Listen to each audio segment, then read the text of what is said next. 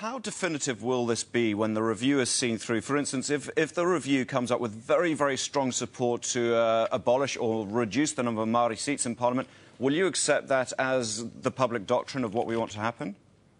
Well, once again, you know, I can't speculate on what will come and what responses will be by Māori and by the Māori Party themselves.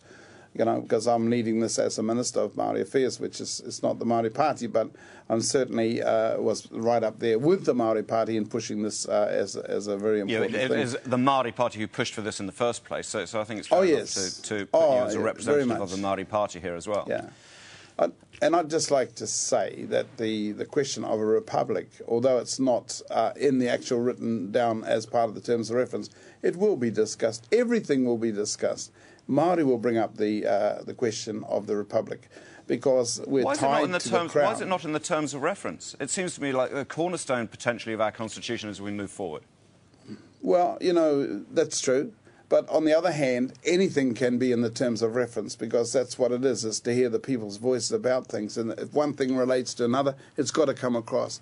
But in terms of the relationship of Māori with the Treaty of Waitangi is the crown in England.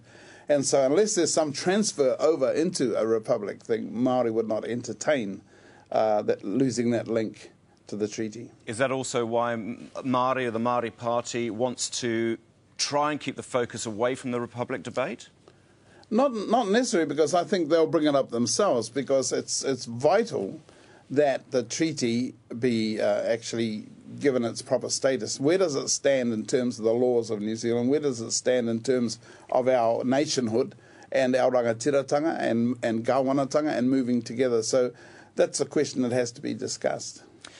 I saw you give a comparison to this review as being, or our constitution as being an old batch which is tinkered with over time and we all sort of feel comfortable with it, but now it's time to give it a refreshed look. However, you also mentioned bringing the builders' reports and the architects and that sort of thing. This is going to cost, isn't it? Much like that analogy. I don't think it'll cost any more than any other review that goes around. There'll be two working parties that go out amongst New Zealand, and they're going to be quite vigorous in terms of getting people's voices, particularly with Māori. There'll be two co-chair of the group going out. One will be led by a Māori so that they can get into Māori institutions and know who to ask and so on. So I think it's going to be really good. Estimate of cost? I don't have that estimate of cost, no. Should we have an estimate of cost at this stage, given we're about to embark on this?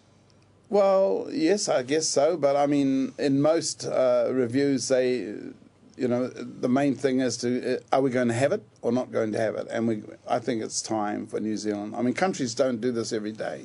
But, you know, for us, there's been calls for a written constitution. There's been calls for where do things stand, and of course, the treaty. The treaty needs to be discussed by everybody, and I'm hoping that it'll be an educative process. All right, Pita Sharples, thanks very much for joining us.